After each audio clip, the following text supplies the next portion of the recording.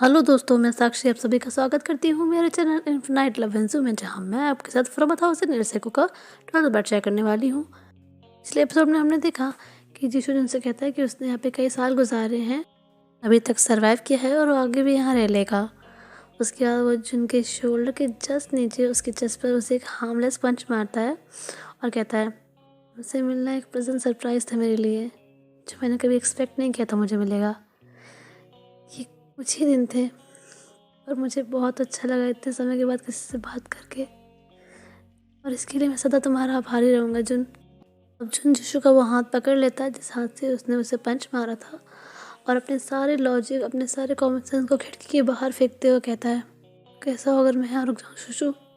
देखिए, जब तक खाना और पानी है मुझे यहाँ रहने में कोई समस्या नहीं होने वाली है, मैं आराम से रह सकता हूँ। और मुझे अगर जाना पड़ा तो मैं पहाड़ी के नीचे जाकर नियरेस्ट टाउन से जो मेरी ज़रूरत का सामान है, जो मुझे चाहिए, वो लेकर मैं वापस यहाँ आ जा सकता हूँ। गोंगशुन, जीशु की आवाज़ में विनम्रता तो थी पर एक स्थिरता भी थी। तुम और मैं अलग हैं। मैं तुम्हारी दुनिया से बिलोंग नहीं करता और ना ही मैं तुम्हें अपनी दुनिया में रहने दे सकता हूँ अपनी खातिर। तुम आज के समय के इंसान हो जुन, आज के समय के लोगों के साथ रहना ही डिजर्व करते हो। अपनी दुनिया से इतनी दूर इस माउंटेन में मेरे जैसे एक अतीत के भूत के साथ रहना नहीं। अब जुन ने बड़े भारी मन से कहा तो क्या मैं एटलीस्ट आपसे मिलने आ सकता हूँ दोबारा। यीशु ने अपना सिर हिलाया और कहा बेहतर होगा तुम अब यहाँ कभी ना हो। ये माउंटेन से दिखता है कि ये हार्मलेस है, पर जैसे कि तुमने खुद देखा तुम यहाँ कभी नहीं जान सकते ये खतरा कब तुम पर आक्रमण कर दे। इस बार तुम लकी थे जो तुमने किसी तरह इस आर्मरी को ढूंढ लिया था, पर हर बार तो ऐसे कोइंसिडेंस नहीं हो सकते ना। तो क्या ये एक गुड बाय है, जिनने अपने मन में सोचा। जिनका सिर अब झुका हुआ था और उसकी दोनों अब्रोज आपस में मिल रही थी फ्रस्ट्रेशन के कारण। जीशु ने जिनके ये टेरेबल एक्सप्रेशन देखे और हंसने लगा। तुम्हारे परिवार वाले, तुम्हारे दोस्त तुम्हारा बेचैनी से इंतज़ार कर रहे होंगे। मेरे बारे में भूल जाओ और वहाँ जाओ के पास, वहाँ से बिलोंग करते हो तुम। जीशु के इन शब्दों ने कॉफर में आखिरी कील गाड़ने का काम किया। जीशु ने उसके साथ रहने के इस प्रयास को सिरे से खारिज कर दिया, यहाँ रहने वाले प्रयास को भी और उसके साथ वापस शहर में रहने वाले प्रयास को भी। जिनको पता होना चाहिए था कि वो जीशु से बहस में नहीं जीत सकता, कभी नहीं। जीशु सिर्फ दिखता जेंटल है, एक्चुअल में वो बहुत हार्श है, सिर्फ दूसरों के लिए नहीं खुद के लिए भी। Guys I am so sorry, पीछे बैकग्राउंड में काफ़ी शोर आ रहा होगा आप लोगों को सुनने में। एक्चुअली मैं रूम में हूँ और किचन में बहनें मेरी काम कर रही हैं, तो उसका शोर आ रहा होगा, उसके लिए I am sorry. Back to the story. Jishu ने फिर उनसे कहा आओ, ऑलरेडी बहुत लेट हो चुका है, चलो अपनी पैकिंग फिनिश कर लो, मैं भी तुम्हें मदद कर देता हूँ। कुछ समय तक उन दोनों के बीच में कोई भी बात नहीं हुई सिवाय कुछ शब्दों के एक्सचेंज होने के, जैसे कि कौन सी चीज़ कहाँ रखनी है। अब जो गोंगजुन ने अपनी तैयारी शुरू कर दी थी पहाड़ी के नीचे जाने के अगले दिन, वो बहुत ही उदास था, बहुत ज़्यादा। वो जानता था अपने मन में कि यही एक रास्ता था वो जो दोनों चुन सकते थे, उनके पास एक ही यही मार्ग था, पर फिर भी उसे सब ठीक नहीं लग रहा था। उसे नहीं ठीक लग रहा था कि जो जैसा है उस चीज़ को वैसे ही छोड़ देना। हालांकि वो जानता था कि वो इस काबिल नहीं है कि इस सिचुएशन में और कुछ कर सके, इस सिचुएशन से यीशु को और खुद को निकाल सके।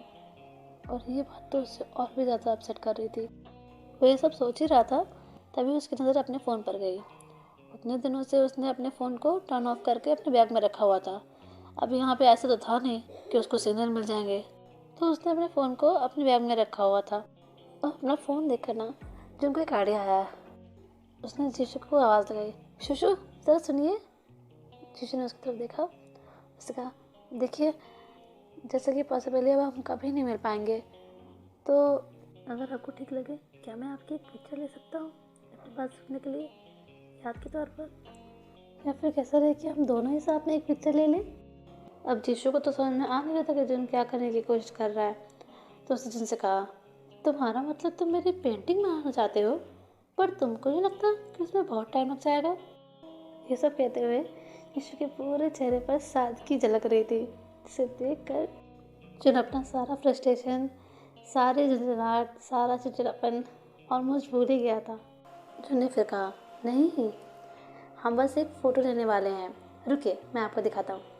जुन ने चारुशु को अपनी तरफ खींचा और वो दोनों ही बेड के किनारे बैठ गए। फिर जुन ने अपने फ़ोन को टर्न ऑन किया और जैसे ही फ़ोन के ब्रांड का लोगो फ़ोन की स्क्रीन पर लिटअप हुआ, उसने नोटिस किया कि चारुशु की आईब्रोज एक और डीप फॉर्म में बदल चुकी थी। टिशु ने फिर कहा, ये कैसा अजीब सा उपकरण है? इसे स्मार्टफोन कहते हैं, जिन ने कहा। और फिर उसने टिशु को वापस से एक्सप्लेन करना शुरू कर दिया कि ये कैसी चीज़ है, कैसा आइटम है, कैसे काम करता है। टिशु तो एकदम शॉक मोड में चला गया था। उसने शुरू से आखिर तक ये पूरी एक्सप्लेनेशन सुनी और इस बीच उसके पल के एक बार भी नहीं झपकी। वो इतना ज़्यादा आश्चर्यचकित हो गया था। क्या क्या अद्भुत चीज़ें कर सकती है ये छोटी सी वस्तु। अगर हमारे समय में हमारे पास ये वस्तु होती तो कितनी सारी चीज़ें हमारे लिए आसान हो जाती। जिनने चारुशु को नहीं बताया कि अगर 1000 साल पहले उसके पास ये सेलफोन होता भी तो भी वो इससे कम्युनिकेशन नहीं कर सकता था, क्योंकि उस समय सेल टावर नहीं हुआ करते थे। उसने बस कैमरे की स्क्रीन को स्वाइप किया कैमरा ढूंढने के लिए और फिर कैमरे को ओपन कर लिया। पहले तो उनके सामने उस कमरे का व्यू आया स्क्रीन पर उस रियर कैमरा से। कांगचू ने तुरंत ही कैमरा को फ्रंट मोड में लगा दिया और इंस्टेंटली उनके चेहरे डिस्प्ले पर दिखने लगे। टिशु ने फिर पूछा, अच्छा, इसे शीशे की तरह भी यूज़ कर सकते हैं ना? टिशु ने खुद भी रियलाइज़ नहीं किया था कि वो प्रैक्टिकली जिनके फ़ोन पर उतनी देर से अपनी आंखें गड़े हुए बैठा था। इसका व्यू कितना क्लियर है। जितने भी शीशे आज से पहले मैंने देखे हैं ना, उन सबसे ज़्यादा क्लियर व्यू है इसका। जुन ने रिप्लाई किया, इसे ऐसा शीशा कह सकते हैं जो आपकी तस्वीरें ले सकता है। शीशु, इधर देखिए। जैसे ही वो दोनों फ्रेम में पोजीशन हो गए, जुन ने उन दोनों की तस्वीरें ले ली। शब्द काफ़ी नहीं थे डिस्क्राइब करने के लिए कि चारुशु कितना कन्फ्यूज और आश्चर्यचकित था ये देखने के बाद कि उनके रिफ्लेक्शन इमेज में बदल गए हैं। कितनी बदकिस्मती की बात थी कि जुन में से एक भी तस्वीर को चारुशु को नहीं दे सकता था। जुन ने ना अब खुद को ही मन में डांटा कि क्यों वो अपने साथ एक पोर्टेबल प्रिंटर या पोलारॉइड कैमरा लेकर नहीं आया। पर चारुशु दुखी नहीं था। उसने जुन से कहा, मैं इसे हमेशा अपनी यादों में संभाल के रखूँगा। और ये तो ऐसी असाधारण चीज़ है कि मैं चाहूँ भी तो भी कभी इसे बना नहीं पाऊँगा। कांगचू इस सत्य का विरोध कर रहा था कि सच में ये दोनों के यहाँ आखिरी रातों के जो साथ बिताएंगे कि कल सुबह होते ही उसे इस इंसान को यहाँ अकेले छोड़ के जाना होगा हमेशा के लिए, कि कल के बाद वो इस इंसान को कभी नहीं देख पाएगा, कभी भी नहीं। जैसे ही उन दोनों ने एक दूसरे को गुड नाइट कहा और इस जगह पर आखिरी बार के लिए कांगचू अपने स्लीपिंग बैग में जाकर लेट गया। उस रात उसे सोने में बहुत तकलीफ हो रही थी। उसे नींद नहीं आ रही थी, बड़ी मुश्किल से वो सोया था।